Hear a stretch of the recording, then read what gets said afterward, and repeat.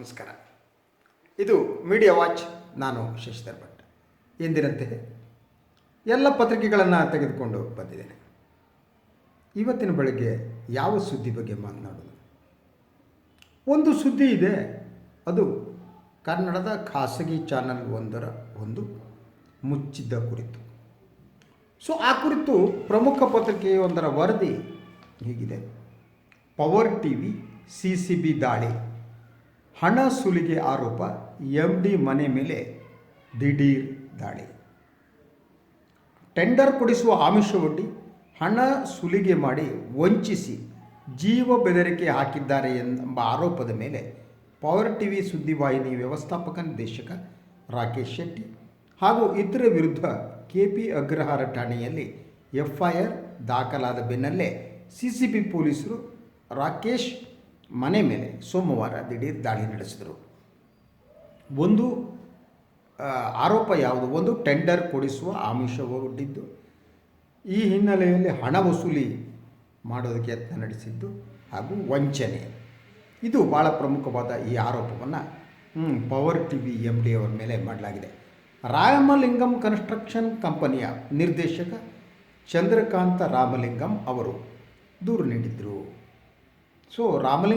ಚಂದ್ರಕಾಂತ್ ರಾಮಲಿಂಗಂ ಅವರೇ ನೀಡಿದ ದೂರಿನ ಆಧಾರದ ಮೇಲೆ ಪೊಲೀಸರು ಕ್ರಿಮಿನಲ್ ಪಿತೂರಿ ICC 120B, ಸುಲಿಗೆ IPC 384, ವಂಚನೆ IPC 419, ಸಹಿ ನಕಲು ಮಾಡಿದ ಇದು IPC 465, ಜೀವ ಬೆದರಿಕೆ IPC 506 ಆರೋಪದಡಿ ರಾಕೇಶ್ ಹಾಗೂ ಇತರರ ವಿರುದ್ಧ ಪ್ರಕರಣ ದಾಖಲಾಗಿತ್ತು ಅಂತ ಹಿರಿಯ ಪೊಲೀಸ್ ಅಧಿಕಾರಿ ತಿಳಿಸಿದ್ದಾರೆ.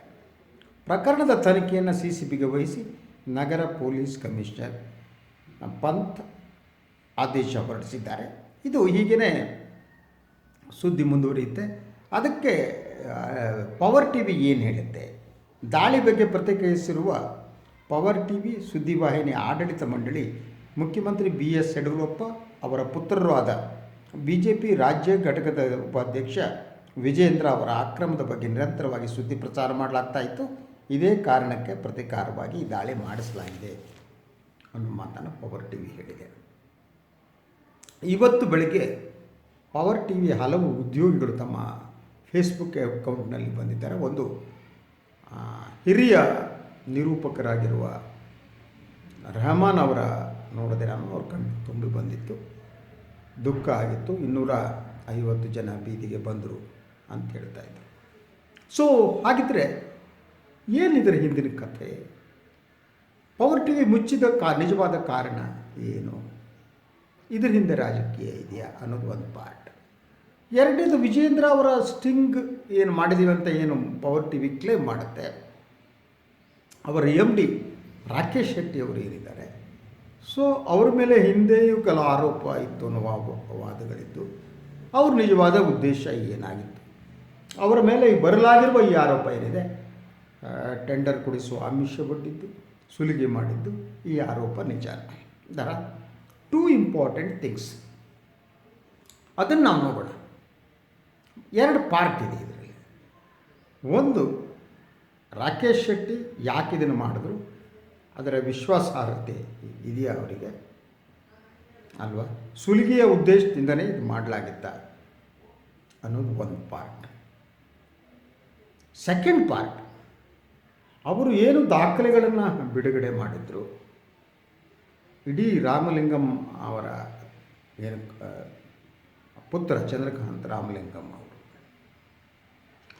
ಮಾಡಿದ ಆರೋಪ, ಅದರ ನಡೆದ ಮಾತುಕತೆಗಳು, ಹಾಗೆ ವಾಟ್ಸಪ್ ಇದು 5 ಕೋಟಿ ರೂಪಾಯಿ ವಿಜೇಂದ್ರ ಅವರಿಗೆ ಕೊಟ್ಟಿದ್ದು ಅನ್ನಲಾಗಿತ್ತು. ಈ ವಿಚಾರ ಏನಿದೆ, ಇದು ಒಂದು ಕೃತ್ಯವೆಸಗಿದ್ದು ಯಾಕೆ ಅನ್ನೋದು.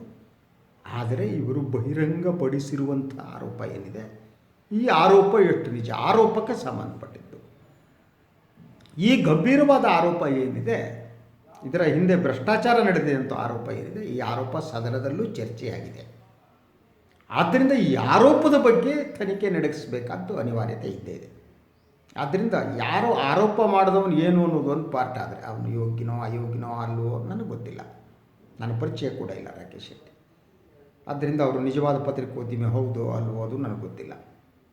ಅವರು ಒಂದು MD ಆಗಿದ್ದಾರೆ. ಅವರೇ ಬಂದು ಒಂದು ಚಾನಲ್ನಲ್ಲಿ ಕೂತು ಅವ್ರದ್ದೇ ಚಾನಲಲ್ಲಿ ಮಾತಾಡಿದ್ದು. ಅದು ಇತ್ತೀಚಿನ ಟ್ರೆಂಡ್ ಬಿಡಿ.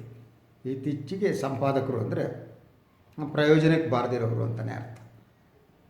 ಯಾಕೆ ಸಂಪಾದಕರಿರ್ತಾರೆ ಅಂದರೆ ಸರ್ಕಾರ ಮತ್ತು ಮ್ಯಾನೇಜ್ಮೆಂಟ್ ನಡುವೆ ಸಂಬಂಧವನ್ನು ಚೆನ್ನಾಗಿ ಇಟ್ಕೊಳ್ಳೋದಕ್ಕೆ. ಏನು ಮ್ಯಾನೇಜ್ಮೆಂಟ್ ಹೇಳುತ್ತೆ ಅದನ್ನು ಸರ್ಕಾರಕ್ಕೆ ತಲುಪಿಸೋದು, ಸರ್ಕಾರ ಹೇಳಿದ ಮ್ಯಾನೇಜ್ಮೆಂಟ್, ಈ ಮಧ್ಯವರ್ತಿ ಕೆಲಸ ಮಾಡೋದಕ್ಕೆ ಸಂಪಾದಕರಿರ್ತಾರೆ. ಇವತ್ತಿನ ಬಹುತೇಕ ಸಂಪಾದಕರು ಆ ಸ್ಥಿತಿಗೆ ಬಂದುಬಿಟ್ಟಿದ್ದಾರೆ. ಆದ್ದರಿಂದ ಒಂದೊಮ್ಮೆ ರಾಕೇಶ್ ಶೆಟ್ಟಿಯವರ ಮೇಲೆ ಮಾಡಿದ ಆರೋಪ ಇದಿದೆ, ಅದರ ಬಗ್ಗೆ ಕೂಡ ತನಿಖೆ ನಡೀಬೇಕು ಅನ್ನೋದ್ರಲ್ಲಿ ನಂದೇನು ಆಕ್ಷೇಪ ಇಲ್ಲವೇ ಇಲ್ಲ. ಯಾಕೆಂದರೆ ಇವತ್ತು ಬ್ಲ್ಯಾಕ್ ಮೇಲ್ ಅನ್ನುವುದು ಪತ್ರಿಕೋದ್ಯಮದಲ್ಲಿ ಬಹುಮುಖ್ಯವಾದ ಒಂದು ಚಟುವಟಿಕೆ ಆಗಿದೆ. ಬ್ಲ್ಯಾಕ್ ಮೇಲನ್ನು ಬೇರೆ ಬೇರೆ ರೀತಿ ನಡೆಸಲಾಗ್ತಾ ಇದೆ. ಒಂದು ಖ್ಯಾತ ಚಾನಲ್ ಆದರೆ ಅವ್ರು ಕೇಳಿದ ದುಡ್ಡನ್ನು ಅವರೇ ಕೊಟ್ಟುಬಿಡ್ತಾರೆ, ಇವ್ರು ನಡೆಸಬೇಕಾಗಿಲ್ಲ. ಹೊಸ ಚಾನಲ್ ಅಂದರೆ ಈ ಹೊಸ ಅವತಾರಗಳಲ್ಲಿ ಬರಬೇಕಾಗುತ್ತೆ. ಆದ್ದರಿಂದ ಅವ್ರ ಮೇಲಿರುವ ಆರೋಪದ ಬಗ್ಗೆ ತನಿಖೆ ನಡೆಸಲೇಬೇಕು. ಏನು ಯಾವ ಉದ್ದೇಶದಿಂದ ಅವರು ಮಾಡಿದ್ರು, ವಿಜೇಂದ್ರ ಮತ್ತು ರಾಕೇಶ್ ಶೆಟ್ಟಿಯವರ ನಡುವಿನ ಸಂಬಂಧ ಎಂತಹದ್ದು, ಅವರು ಅಪರಿಚಿತರೇನೂ ಅಲ್ಲ ಅನ್ನೋದು ಒಂದು. ಅದರ ಜೊತೆಗೆ ಇಡೀ ಒಂದು ಪ್ರಕರಣ ನಡೆಯುವ ಸಂದರ್ಭದಲ್ಲೂ ಕೂಡ ರಾಕೇಶ್ ಶೆಟ್ಟಿ ಮತ್ತು ವಿಜೇಂದ್ರ ನಡುವೆ ಸಭೆ ನಡೆದ ಮಾತುಗಳಿವೆ. ಇದ್ರ ಬಗ್ಗೆ ಎಲ್ಲ ತನಿಖೆ ನಡೆಸಬೇಕು. ಒಂದೊಮ್ಮೆ ರಾಕೇಶ್ ಶೆಟ್ಟಿಯವರು ನಿಜವಾಗಿ ಬ್ಲ್ಯಾಕ್ ಮೇಲ್ ಮಾಡಿದರೆ ಅವರನ್ನು ಕೃಷ್ಣ ಜನ್ಮಸ್ಥಾನ ಹೋಗಲೇಬೇಕು. ಒಂದು ಪತ್ರಿಕೋದ್ಯಮದಲ್ಲಿ ಈ ಒಂದು ಶುದ್ಧತೆ, ಸ್ವಚ್ಛತೆ ಆಗಲೇಬೇಕಾಗಿದೆ. ಕಸ ಹೊಡೆಯುವ ಕೆಲಸ ಮಾಧ್ಯಮದಲ್ಲಿ ನಡೀಲೇಬೇಕು. ಅದು ನಾಟ್ ಓನ್ಲಿ ಪವರ್ TV ಅಂತ ಹೇಳ್ತಾ ಇಲ್ಲ, ಎಲ್ಲ ಚಾನಲ್ಗಳಲ್ಲೂ ಇಂಥ ಒಂದು ಸ್ಥಿತಿ ನಿರ್ಮಾಣ ಆಗಿದೆ. ಬೇರೆ ಬೇರೆ ಹಂತಗಳಲ್ಲಿ ಮಾಧ್ಯಮದಲ್ಲಿ ಕೆಲಸ ಮಾಡುವವರು ಕಾಸು ಮಾಡುವುದಕ್ಕೆ ಬಿದ್ದಿದ್ದಾರೆ. ವರದಿಗಾರರು ಅವ್ರದ್ದೇ ಹಂತದಲ್ಲಿ, ಕ್ರೈಮ್ ರಿಪೋರ್ಟರ್ಸ್ ಅವ್ರದ್ದೇ ಹಂತದಲ್ಲಿ, ಎಡಿಟರ್ಗಳು ಅವ್ರದ್ದೇ ಲೆವೆಲ್ನಲ್ಲಿ, ಮ್ಯಾನೇಜ್ಮೆಂಟ್ಗಳು ಅವ್ರದ್ದೇ ಲೆವೆಲ್ನಲ್ಲಿ ಇಂಥದ್ದು ನಡೀತಾ ಇರುತ್ತೆ. It's a first part.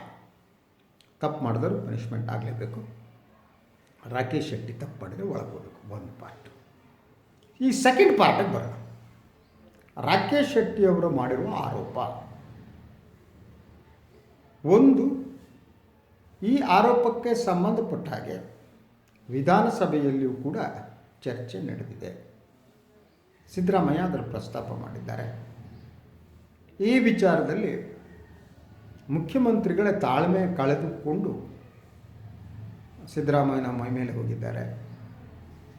In the sense ಮೈ ಮೇಲೆ ಅಂದರೆ ಫಿಸಿಕಲಿ ಅಲ್ಲ, ಒಂದು ಸಂಪೂರ್ಣ ಏಕವಚನದಲ್ಲಿ ಅವರಿಬ್ಬರು ಬೈದುಕೊಳ್ಳುವ ಹಂತಕ್ಕೆ ಜಗಳ ಹೋಗಿದೆ. ತನಿಖೆ ನಡೆಸಬೇಕು ಅನ್ನುವ ಸಿದ್ದರಾಮಯ್ಯನವರ ಒತ್ತಾಯಕ್ಕೆ ಒಂದು ಯಡಿಯೂರಪ್ಪನವರು ಸೊಪ್ಪು ಹಾಕಿಲ್ಲ. ನೀವೇನಾದರೂ ಮಾಡ್ಕೊಳ್ರಿ ಅಂತ. ಅದು ಉಡಾಫೆ, ಮುಖ್ಯಮಂತ್ರಿ ಹಾಗೆ ಮಾತನಾಡಬಾರ್ದಾಗಿತ್ತು. ಅದರ ಜೊತೆ ಕಾಂಗ್ರೆಸ್ ಪಕ್ಷದ ಒಳಗಡೆ ಕೂಡ ಈ ಪ್ರಕರಣದ ಬಗ್ಗೆ ತನಿಖೆ ನಡೆಸಬೇಕು ಅನ್ನೋದೇನಿದೆ ಭಾಳ ಜನ ಇಷ್ಟ ಇರಲಿಲ್ಲ ಅಂತ ನನಗೆ ಅನಿಸುತ್ತೆ. ಸಿದ್ದರಾಮಯ್ಯನವರ ಅಭಿಪ್ರಾಯ ಮತ್ತು DK ಶಿವಕುಮಾರ್ ಅವರ ನಡುವಿನ ಅಭಿಪ್ರಾಯದ ನಡುವೆ ಎಲ್ಲ ವಿಭಿನ್ನ ನಿಲುಮೆ ಇತ್ತು ಅಂತ ನನಗೆ ಅನಿಸುತ್ತೆ. ಭಾಳಷ್ಟು ಜನಕ್ಕೆ ಇದು ದೊಡ್ಡ ಭ್ರಷ್ಟಾಚಾರ ಅಂತ ಅನಿಸೋದೇ ಇಲ್ಲ. ಈ ಜಗತ್ತು ಹೆಂಗೆ ಬಂದಿದೆ, 5 ಕೋಟಿ ಹೊಡೆದ್ರಾ ಅಷ್ಟೇನಾ ಅಂತ ಕೇಳೋದು ಒಂದು ರೀತಿ. ಸೊ ಈ ಪ್ರಕರಣದಲ್ಲಿ 5 ಕೋಟಿ ಹೊಡೆದ್ರಂತೆ ಅಂತ ಅಂದರೆ ಯಾರೂ ಅದನ್ನು ಗಂಭೀರವಾಗಿ ತಗೊಳ್ಳಲ್ಲ. ಅಷ್ಟೇನಾ ಅನ್ನುವ ಸ್ಥಿತಿ ಬಂದಿದೆ. ಜನ ಕೂಡ ಭ್ರಷ್ಟಾಚಾರವನ್ನು ಒಪ್ಪಿಕೊಳ್ಳುವ ಒಂದು ಸ್ಥಿತಿಗೆ ಬಂದಿದ್ದಾರೆ. ಒಂದು ರೀತಿಯ ವರ್ಗ, ಇನ್ನೊಂದು ರೀತಿಯ ವರ್ಗ ಇದೆ, ಆಫೀಸುವರು. ನನಗೆ ಅಷ್ಟು ಕಾಸು ಹೊಡೆಯೋಕ್ಕೆ ಅವಕಾಶ ಸಿಕ್ಕಿಲ್ಲ ಅಂತ ದುಃಖ ಪಡುವಂಥ ಜನ. ಪ್ರಾಮಾಣಿಕತೆ ಬಗ್ಗೆ ಮಾತು. ಒಂದು 5 ಕೋಟಿ ರೂಪಾಯಿ ಹಣ ಏನಿದೆ ಅದು ಬೆಂಗಳೂರಿನಿಂದ ಕಲ್ಕತ್ತಾಕ್ಕೆ ಹೋಗ್ಬಿಟ್ಟು ಬೇರೆ ರೂಪದಲ್ಲಿ ಒಂದೊಂದಿಷ್ಟು ಅಕೌಂಟಿಗೆ ಬರುತ್ತೆ. ಅದು ಕಾನೂನು ಬಾಹಿರ. ಹಾಗೆ ಬಂದು ಈ ಅಕೌಂಟ್ ಯಾರೋ ಯಡಿಯೂರಪ್ಪನವರ ಕುಟುಂಬಕ್ಕೆ ಸೇರಿದ್ದು ಅಂತ ಆರೋಪಿಸಲಾಗಿದೆ. ಅದು ನನಗೆ ಗೊತ್ತಿಲ್ಲ. ಅಲ್ಲಿರೋ ಹೆಸರುಗಳ ಅವ್ರ ರಿಲೇಷನ್ ಯಾವುದೋ ಅಲ್ವೋ ಅದನ್ನು ಅವ್ರು ಕ್ಲಾರಿಫೈ ಮಾಡಬೇಕು ಅಲ್ವಾ. ಅದ್ರ ಜೊತೆಗೆ ಗುತ್ತಿಗೆದಾರರು ನನಗೆ ಅನ್ನಿಸುವ ಹಾಗೆ ಯಾವುದೋ ಉದ್ದೇಶಕ್ಕಾಗಿ ಗುತ್ತಿಗೆದಾರರು ಈ ಸುದ್ದಿಯನ್ನು ಹೊರಗೆ ಹಾಕಿರಬೇಕು. ನಂತರ ಸರ್ಕಾರ ಜೊತೆಗೆ ಇನ್ನಾರ ಜೊತೆಗೆ ಅಡ್ಜಸ್ಟ್ಮೆಂಟ್ ಆಗಿಬಿಟ್ಟು ಅವರೇ ತಿರುಗಿ ಬಿದ್ದಿದ್ದಾರೆ ಈಗ. ಆದ್ದರಿಂದ ಮೊದಲನೇ ನಾನು ಏನು ಎಂದೆ, ರಾಕೇಶ್ ಶೆಟ್ಟಿಗೆ ಕಷ್ಟ ಇದೆ. ಬೇರೆ ಬೇರೆ ಒತ್ತಡಗಳು ಮಣದೋ ಇಲ್ಲೋ ಗೊತ್ತಿಲ್ಲ. ಚಂದ್ರಕಾಂತ್ ರಾಮಲಿಂಗಂ ತಾವು ಮೊದಲೇ ಹೇಳಿದ ಮಾತಿಗೆ ಅಥವಾ ಅವರೇನು ದಾಖಲೆಗಳನ್ನು ಕೊಟ್ಟರು ಅದಕ್ಕೆ ಬದ್ಧರಾಗಿಲ್ಲ. ನನ್ನ ಮೇಲೆ ವಂಚನೆ ನಡೆದಿದೆ, ನನ್ನ ಮೇಲೆ ಒತ್ತಡ ಹೇರಲಾಯಿತು, ನನಗೆ ಮೋಸ ಮಾಡಿದ್ರು, ಗುತ್ತಿಗೆ ಕೊಡ್ತೀನಿ ಅಂತ ನನಗೇನೆ ರಾಕೇಶ್ ಶೆಟ್ಟಿ ಹೇಳಿದ್ರು ಅಂತ ಅವ್ರು ತಿರುಗಿಬಿಟ್ಟಿದ್ದಾರೆ. ಆದ್ದರಿಂದ ರಾಕೇಶ್ ಶೆಟ್ಟಿ ಅವ್ರಿಗೆ ಭಾಳ ಗಂಭೀರವಾಗಿದೆ ಪ್ರಕರಣ. This is the thing. ಇನ್ನು ಎರಡನೇದು, ಈ ಬಗ್ಗೆ ತನಿಖೆ ನಡಿಬೇಕು ಅನ್ನೋದು. ಅದನ್ನು ನಂಬಿದವನು ನಾನು. ಕರ್ನಾಟಕದಲ್ಲಿ ಎಷ್ಟೋ ಭ್ರಷ್ಟಾಚಾರದ ಪ್ರಕರಣಗಳು ಬಂದಿವೆ, ಇದು ಹೊಸ್ತೇನಲ್ಲ. ಹೆಗಡೆ ತಮ್ಮ ಮೇಲೆ ಭ್ರಷ್ಟಾಚಾರದ ಬೇರೆ ಬೇರೆ ಪ್ರಕರಣ ಬಂದಾಗ ಅವರು ಹುದ್ದೆಗೂ ರಾಜೀನಾಮೆ ಕೊಟ್ಟರು, ಜನರ ಹತ್ರನೂ ಹೋದರು, ತನಿಖೆಗೆ ಆದೇಶ ನೀಡಿದರು. ಆ ಪರಂಪರೆ ಇತ್ತು. ಹಾಗೆಯೇ ನಾನು ಈ ಹಿಂದೆನೂ ಹೇಳಿದಾಗೆ ಬಂಗಾರಪ್ಪನವ್ರ ಮೇಲೆ ಕ್ಲಾಸಿಕ್ ಕಂಪ್ಯೂಟರ್ ಹಗರಣ ಬಂದಾಗ ಅವರು ಕೂಡ ತನಿಖೆ ನಡೆಸಿದರು. ಯಾವ ಮುಖ್ಯಮಂತ್ರಿಗಳು ತಪ್ಪಿಸ್ಕೊಂಡು ಓಡೋಗಿಲ್ಲ, ಅಥವಾ ನಾನು ಈ ಬಗ್ಗೆ ತನಿಖೆ ಮಾಡಲ್ಲ ಅಂತ ಹೇಳಿಲ್ಲ. ಆದರೆ ಇವತ್ತು ಅಂಥ ಒಂದು ಸ್ಥಿತಿ ನಿರ್ಮಾಣ ಆಗಿದೆ. ಇಡೀ ಈ ಪ್ರಕರಣದ ಕೇಂದ್ರ ವಸ್ತು ಏನಿದೆ ಅದಕ್ಕೆ ಯಾರು ಮನ ಕೊಡಿಸ್ಕೊಡ್ತಾ ಇಲ್ಲ. ಯಡಿಯೂರಪ್ಪನವ್ರು ಯಾಕೆ ಹೇಳಬೇಕು, ನಾನು ತನಿಖೆ ಮಾಡ್ಬೇಕಂತ ನೀವೇ ಹೋಗಿ ಲೋಕಾಯುಕ್ತಕ್ಕೆ ಹೋಗಿ ಅಂತ ಪ್ರತಿಪಕ್ಷದ ನಾಯಕರಿಗೆ ಚಾಲೆಂಜ್ ಆಗ್ತಾರೆ ಯಡಿಯೂರಪ್ಪನವರು. Is it correct? ನೀವು ಸೀತೆಯಂತೆ ಪರಿಶುದ್ಧರಾಗಿದ್ದರೆ ಅಗ್ನಿ ಪರೀಕ್ಷೆಗೆ ಸಿದ್ಧರಾಗಿರ್ಬೇಕು ನಿಮ್ಮದು. ನಾನು ಅದನ್ನು ಯಾಕೆ ಉದಾಹರಣೆ ಕೊಡ್ತೀನಿ, ತಾವು ರಾಮನ ಪಕ್ಷದವರು, ರಾಮ ಸೀತೆ ಎಲ್ಲ ತಮಗೆ ಹತ್ತಿರ ಅಲ್ವಾ. ನೀವು ಪರಿಶುದ್ಧರಾಗಿದ್ದರೆ ಅಗ್ನಿ ಪರೀಕ್ಷೆಗೆ ಸಿದ್ಧರಾಗಿರಬೇಕು, ಉಡಾಫೆ ಮಾಡಕೂಡದು. ಅದರ ಜೊತೆಗೆ ಆರೋಪ ಮಾಡಿದವ್ರದ್ದು ಏನಿದ್ದಾರೆ ಅವರನ್ನು ಒಂದು ಮಾಧ್ಯಮದ ಮೇಲೆ ಈ ರೀತಿ ದಾಳಿ ನಡೆಸಿ ಸರಿನಾ ತಪ್ಪ ಅನ್ನೋದು ಅಲ್ವಾ. ಆ ಶೆಟ್ರ್ ಮಾಡಿದ್ರೆ ಬಡ್ದು ಒಳಗಾಕಿ ಯಾಮನ್ರಿ ಬೇಡ ಅಂತಾನೆ. ಅದಕ್ಕೆ ಇನ್ಸ್ಟಿಟ್ಯೂಷನ್ ಮೇಲೆ ಯಾಕೆ ಮಾಡೋಕ್ಕೆ ಹೋಗ್ತೀರಿ? ಶೆಟ್ರ್ ಎತ್ತಾಕೊಂಡು ಹೋಗಿ ಎನ್ಕ್ವೈರಿ ಮಾಡಿದರೆ ಹಾಕಿ ಯಾರು ಕಾನೂನು ಪ್ರಕಾರ ಕ್ರಮ ತಗೊಳ್ಳಿ. ಅವ್ರು ನಾನು ಮೊದಲು ಹೇಳಿದಾಗ ಅವ್ರು ಬ್ಲ್ಯಾಕ್ ಮೇಲ್ ಮಾಡಿದರೆ ಒಳಗಡೆ ಹೋಗೋಕ್ಕೆ ಯೋಗ್ಯರಾದವರು ಹೋಗಬೇಕು ಅಲ್ವಾ. ಯಾರೂ ವಿರೋಧ ಮಾಡೋಕ್ಕೆ ಸಾಧ್ಯ ಇಲ್ಲ. ಆದರೆ ಅದನ್ನು ಬಿಟ್ಟು ಸಂಸ್ಥೆ ಒಂದು ಬಾಗಿಲು ಹಾಕೋದು ಒಳ್ಳೆಯ ಲಕ್ಷಣ ಅಲ್ಲ ಅಂತ ಪತ್ರಿಕೋತಿದ್ದೆ ಅಂತ ಹೇಳೋದು. ಅದರ ಜೊತೆಗೆ ನಾನು 30 ವರ್ಷದ ರಾಜಕೀಯ ಬದುಕನ್ನು ನೋಡಿ ಬಂದವನು, ರಾಜಕಾರಣಿಗಳನ್ನ ಹತ್ತಿರ ನೋಡಿ. ರಾಜಕಾರಣ ದಿನದಿಂದ ದಿನಕ್ಕೆ ನಿರ್ಲಜ್ಜ ಸ್ಥಿತಿಯನ್ನು ತಲುಪ್ತಾ ಇದೆ. ಮಾಧ್ಯಮ ಯಾವ ಹಂತಕ್ಕೆ ತಲುಪಿದೆ ಅಂದರೆ ಇದೊಂದು ರೀತಿಯ ಬಾಲಂಗೋಚಿಯ ಪತ್ರಿಕೋದ್ಯಮ, ಇನ್ನೊಂದು ರೀತಿಯಲ್ಲಿ ನೋಡಿದರೆ ಬಹುಪರಾಕ್ ಹೇಳುವ ಬಟ್ಟಂಗಿಗಳ ಪತ್ರಿಕೋದ್ಯಮ. ಪ್ರಭುತ್ವವನ್ನು ಪ್ರಶ್ನಿಸುವವರು ಇವತ್ತು ಕಾಣ್ತಾನೆ ಇಲ್ಲ. ಈಗ ನಡೆದಿರುವ ಘಟನೆಯಿಂದ ಉಳಿದ ಯಾರೂ ಕೂಡ ಒಬ್ಬಿಬ್ಬರೂ ಕೂಡ ಸರ್ಕಾರವನ್ನು, BJPಯನ್ನು, ಯಡಿಯೂರಪ್ಪನವರನ್ನು ಪ್ರಶ್ನಿಸುವುದಕ್ಕೆ ಹಿಂದೇಟಾಗ್ತಾರೆ. ಆ ಸ್ಥಿತಿ ನಿರ್ಮಾಣ ಆಗುತ್ತೆ.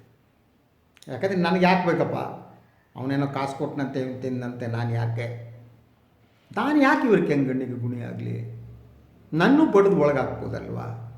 ಒಂದು ಸಲ ಪೊಲೀಸರ ಕೈಲಿ ಸಿಕ್ಕೊಂಡ್ರೆ ಈಸಿ ಅಲ್ಲ ಹೊರಗಡೆ ಬರೋದು ಅಲ್ವಾ. ಇಂಥ ಮನಸ್ಥಿತಿ ಮಾಧ್ಯಮ ರಂಗದ ಒಳಗಡೆ ಬರೋಕ್ಕೆ ಹೋಗುತ್ತೆ ಅಲ್ವಾ. ಅಂದರೆ ಮಾಧ್ಯಮ ಒಂದು ರೀತಿಯಲ್ಲಿ ಬೆದರಿಕೆಯ ನಡುವೆ ಕೆಲಸ ಮಾಡುವಂಥ ಸ್ಥಿತಿ ಬಂದಿದೆ.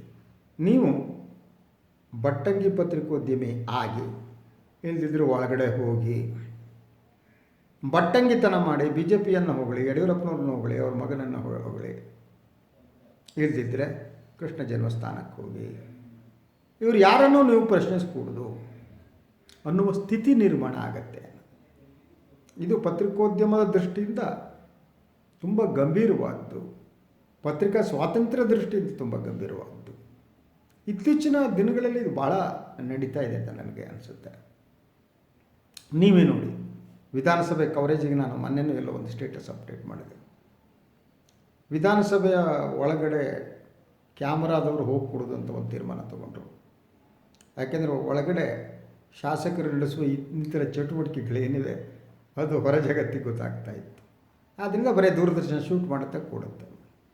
ಸೆಕೆಂಡ್ ಕೊರೋನಾ ಕಾರಣ ನೀಡಿ ಮೊಗಸಾಲೆಯಿಂದ ಪತ್ರಕರ್ತರ ಗ್ಯಾಲರಿಯಿಂದ ಪತ್ರಕರ್ತರನ್ನು ಹೊರಗೆ ಹಾಕಲಾಯಿತು. ಇದಕ್ಕೂ ಕೂಡ ಯಾವುದೇ ಮಾಧ್ಯಮ ಸಂಸ್ಥೆಗಳು, ಮಾಧ್ಯಮವನ್ನು ಪ್ರತಿನಿಧಿಸುವ ಸಂಸ್ಥೆಗಳಿಗೆ ಪ್ರಶ್ನೆ ಮಾಡಲೇ ಇಲ್ಲ. ಇದೆಲ್ಲ ಪ್ರಶ್ನೆ ಮಾಡಬೇಕಾಗಿತ್ತು ಅಂತ ನಂಬಿದವನು ನಾನು. ಎಲ್ಲವನ್ನು ಕೂಡ ಇದು ಬಿ ಜೆ ಪಿ ಸರ್ಕಾರವು ಮಾಡಿದೆ ಅನ್ನುವ ಕಾರಣಕ್ಕೆ ಜನ ಒಪ್ಪಿಕೊಂಡು ಕುಳಿತರು. ಸೊ ಈಗ ನಾನು ಈ ಕೊನೆಯ ಒಂದು ವಿಚಾರಕ್ಕೆ ನಾನು ಬಂದಿದ್ದೇನೆ. ಒಂದು, ಈ ಎರಡು ವಿಚಾರಗಳನ್ನ ನಾನೇನು ಪ್ರಸ್ತಾಪ ಮಾಡಿದೆ, ಎರಡನ್ನು ವಿಭಾಗಿಸಬೇಕು. ರಾಕೇಶ್ ಶೆಟ್ಟಿಯವರ ಮೇಲೆ ತನಿಖೆ ನಡೀಲೇಬೇಕು. ಅವರ ಉದ್ದೇಶವೇ ಬ್ಲ್ಯಾಕ್ ಮೇಲ್ ಮಾಡಿದರೆ ಅವರೊಂದು ಕಪ್ಪು ಚುಕ್ಕೆ, ಅವರು ಕೃಷ್ಣ ಜನ್ಮಸ್ಥಾನಕ್ಕೆ ಹೋಗಲೇಬೇಕು. ಪತ್ರಿಕೋದ್ಯಮದ ಹೆಸರಿನಲ್ಲಿ ಯಾರ್ಯಾರಿಂಥ ಜನ ಇದ್ದಾರೆ ಬ್ಲ್ಯಾಕ್ ಮೇಲ್ ಮಾಡುವವರು, ವ್ಯವಹಾರ ಮಾಡೋರು ಒಳಗಡೆ ಹೋಗಬೇಕು. ಅವ್ರ ಬಗ್ಗೆ ನಾವು ಸಿಂಪತಿ ತೋರಿಸುವ ಅಗತ್ಯ ಇಲ್ಲ. ಯಾಕೆಂದರೆ ರಾಕೇಶ್ ಶೆಟ್ಟಿಯವ್ರ ಬಗ್ಗೆ ಕೂಡ ಇದು ಮೊದಲ ಆರೋಪ ಅಲ್ಲ, ಬೇರೆ ಬೇರೆ. ಆದ್ದರಿಂದ ವಿಸ್ತೃತವಾದ ಒಂದು ತನಿಖೆ ನಡೀಲಿ. ಅವರು ತಪ್ಪು ಮಾಡಿದರೆ ಒಳಗಡೆ ಹೋಗಲಿ. ಆದರೆ ಈ ತನಿಖೆ ನಡೆಯೋ ಸಂದರ್ಭದಲ್ಲಿ ಅವರು ವಿಜಯೇಂದ್ರ ಮೇಲೆ ಏನೋ ಪ್ರಸ್ತಾಪಿಸಿದ್ದಾರೆ ಅನ್ನುವ ಕಾರಣಕ್ಕೆ ದ್ವೇಷದ ತನಿಖೆ ನಡಿಕೊಡೋದು, ನಿಮಗೆ ಅವ್ರ ಮೇಲೆ ಸಿಟ್ಟಿದೆ ಅನ್ನುವ ಕಾರಣಕ್ಕೆ ಯಾವುದ್ಯಾವುದೋ ಕೇಸ್ ಹಾಕಿ ಜಡಿದು ಅವರು ಒಳಗಡೆ ಇರಲಿ ಅಂತ ಮಾಡಿಕೊಡೋದು, ಸತ್ಯ ಹೊರಗೆ ಬರುವಂಥ ಒಂದು ತನಿಖೆ ಪೊಲೀಸರು ಮಾಡಬೇಕು. ಪೊಲೀಸರು ಸರ್ಕಾರದ ಆಗಿದ್ದರೂ ಕೂಡ ಅದರ ನಡುವೆ ಅಟ್ಲೀಸ್ಟ್ ಮಿನಿಮಮ್ ಪ್ರಾಮಾಣಿಕ ಒಂದು ತನಿಖೆಯನ್ನು ನಡೆಸಿ ತಪ್ಪು ಮಾಡಿದ್ರು ಒಳಗಡೆ ಹೋಗಲಿ ಒಂದು ಪಾರ್ಟ್. ಎರಡು ಇಷ್ಟಕ್ಕೆ ಮುಗಿಯಲ್ಲ. ಇನ್ನು ಎರಡನೇ ವಿಚಾರ ನಾನೇನು ಪ್ರಸ್ತಾಪ ಮಾಡಿದೆ, ಅದು ಯಡಿಯೂರಪ್ಪನವರ ಮಗನ ಮೇಲೆ ಬಂದ ಆರೋಪ. 5 ಕೋಟಿ ಬಿಟ್ಟರೆ ಇದು ಯಾವ ಲೆಕ್ಕ ಅಂತ ಜನ ಮಾತನಾಡುವ ಸ್ಥಿತಿ ಇದ್ದರೂ ಕೂಡ ಈ ಬಗ್ಗೆ ತನಿಖೆ ನಡೀಬೇಕಾಗಿದೆ. ಇವತ್ತಿನ ದಿನ ಇದೆಲ್ಲ ದೊಡ್ಡ ಭ್ರಷ್ಟಾಚಾರದ ಹಗರಣವೇ ಅಲ್ಲ ಅಂತ ನಮಗನಿಸ್ಬೋದು. ಯಾಕೆಂದರೆ ನೂರಾರು ಕೋಟಿ ವ್ಯವಹಾರಗಳು ನಡೀತವೆ ಪ್ರತಿದಿನ, ಅಧಿಕಾರದಲ್ಲಿದ್ದವರಿಗೆ ಹೋಗುತ್ತೆ. ಆದರೆ ಇದು ಹೊರಗೆ ಬಂದಿರೋದರಿಂದ, ವಿಧಾನಸಭೆಯಲ್ಲಿ ಈ ವಿಚಾರ ಪ್ರಸ್ತಾಪ ಆಗಿರೋದರಿಂದ ಈ ಬಗ್ಗೆ ಒಂದು ತನಿಖೆ, ನಿಷ್ಪಕ್ಷಪಾತವಾದ ತನಿಖೆ ನಡಿಬೇಕು. ಸತ್ಯ ಹೊರಗಡೆ ಬರಬೇಕು. ಯಾರು ತಪ್ಪಿತಸ್ಥರೋ ಇದರ ನಡುವೆ ಭ್ರಷ್ಟಾಚಾರದ ವಾಸನೆ ನಡೀತಾ ಇದೆ. ನಿಜವಾದ ಭ್ರಷ್ಟಾಚಾರ ನಡೆದಿದ್ದರೆ ಅವರು ಸಾರ್ವಜನಿಕ ಬದುಕಿನಿಂದ ಹೊರಗಡೆ ಹೋಗಬೇಕು.